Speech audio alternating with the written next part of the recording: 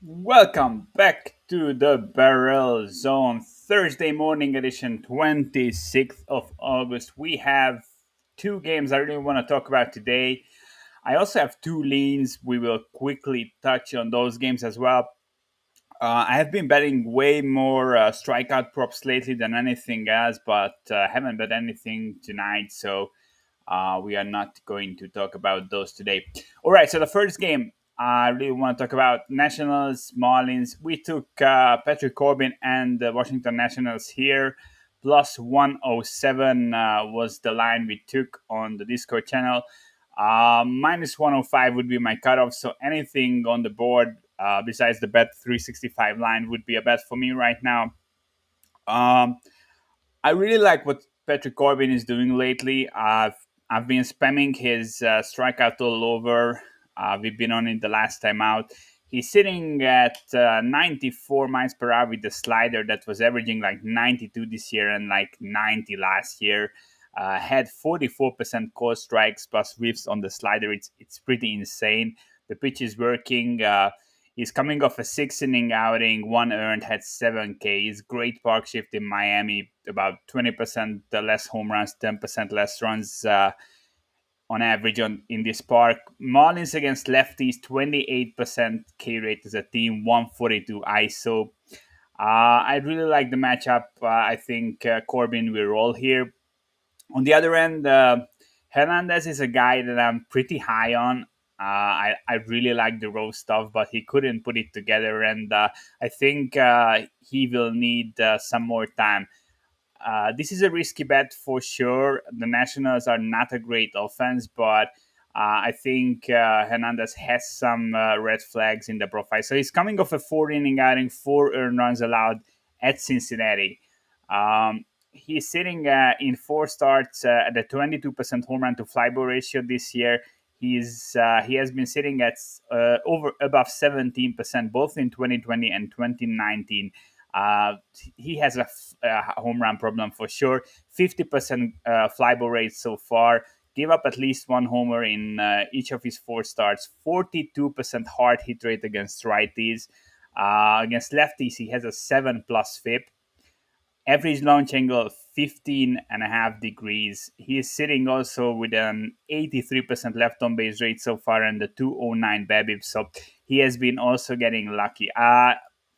As I said, I really like the raw stuff. He's a great arm for strikeout props, and but I think he will need some more time to put it together. He could have a great game here. Obviously, the Nationals are really just meh. Since the trade deadline, Nationals 13th in WRC plus, 7th in WOBA, 28th in hard hit rate. So they're all right, and they are still not like bottom of the barrel. Miami, 23rd in team WRC plus, 25th in team WOBA, and dead last in hard contact. So yeah, it's still a much worse offense than Miami's. Obviously, the home team has a bullpen edge. We know that, but that's it.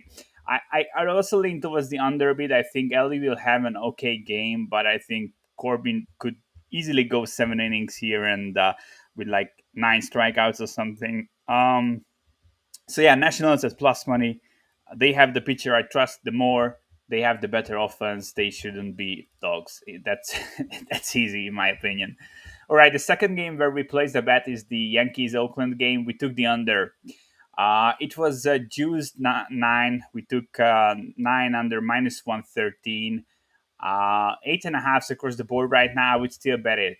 I think this should be minus 8.5 minus 110 on the under. Both of these teams had a day off last night. Both bullpens are fully rested. The Yankees bullpen easily top three, one of the best in the league. Oakland bullpen top 10. Great park for pitching. 67 degrees Fahrenheit forecasted by game time. Really good conditions for an under. Let's look at Caprillian. At home, he has a 236 Voba so far this year. Here are his home starts, opponents, and earned runs allowed. Giants, 1 earned run. Rangers, 2. Angels, no earned runs. Red Sox, 1 earned run. Rangers, 3 earned runs. KC, no earned runs. Seattle, no earned runs. He faced Texas 5 times. already this year.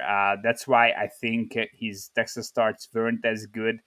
Gave up 2 and 3, but he hasn't given up more than 3 earned runs at home so far, and he pitched against decent competition overall. Yankees against righties 96 WRC plus, 25% K rate, 157 ISO, nothing special. Um, this is a righty heavy lineup, and if you look at Caprillian's stats against righties, 236 wOBA allowed, 298 FIP, 18% line drive rate, 27% hard hit rate. Um, I really like this matchup for him. Tyon, on the other end, sits at a 4.22 Sierra through the season, but definitely trending in the good direction. He has been pitching way better in the last like 1.5 months. No 3+ earned runs allowed in 2 months. He's finally above 12% swinging strike rate, 29% hard hit rate through the season. Again, Oakland super righty heavy lineup, and Tyon is really good in the split. He's sitting at 341 FIP, 19% line drive rate, 28% hard hit rate, and 305 wOBA against righties. Uh, I think he will have a good game here. Leaning towards the Yankees, actually, I show a really slight edge at minus 110 as the current pinnacle line. But I think the under is the stronger with two good bullpens. I trust both arms in this park under these weather conditions against these opponents. So yeah, the two bets we locked in, as I said. Nationals money line, I'm kind of leaning towards under, but 7.5 is too low. And the under 9 in the Oakland Yankees game, I'm also leaning Yankees money line. I have two more leans just quickly.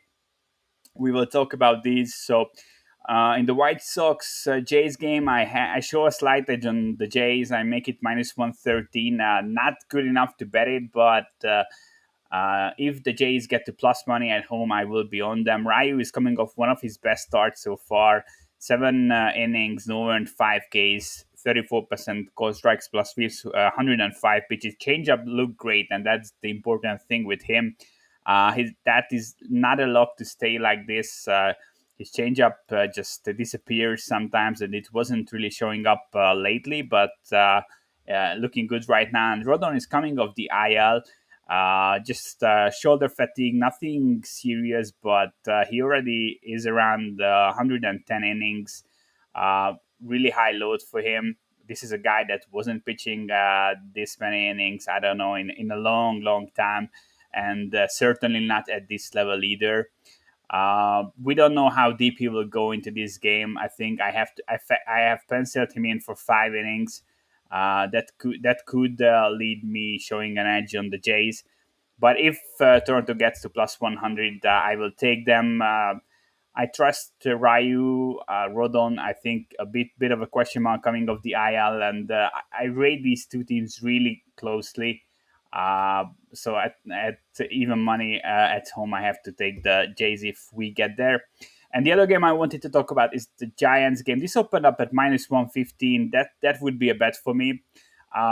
Basically, one huge bet brought the market to minus 125. But Alex Wood has been really, really, really good lately. Coming off a 9 strikeout game at Oakland.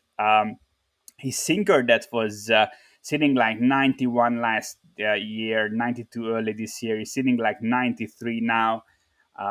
Overall numbers through the season are really, really solid. 3.7 Sierra, 12.5% swinging strike rate, 51% ground ball rate, and the Mets are just so bad.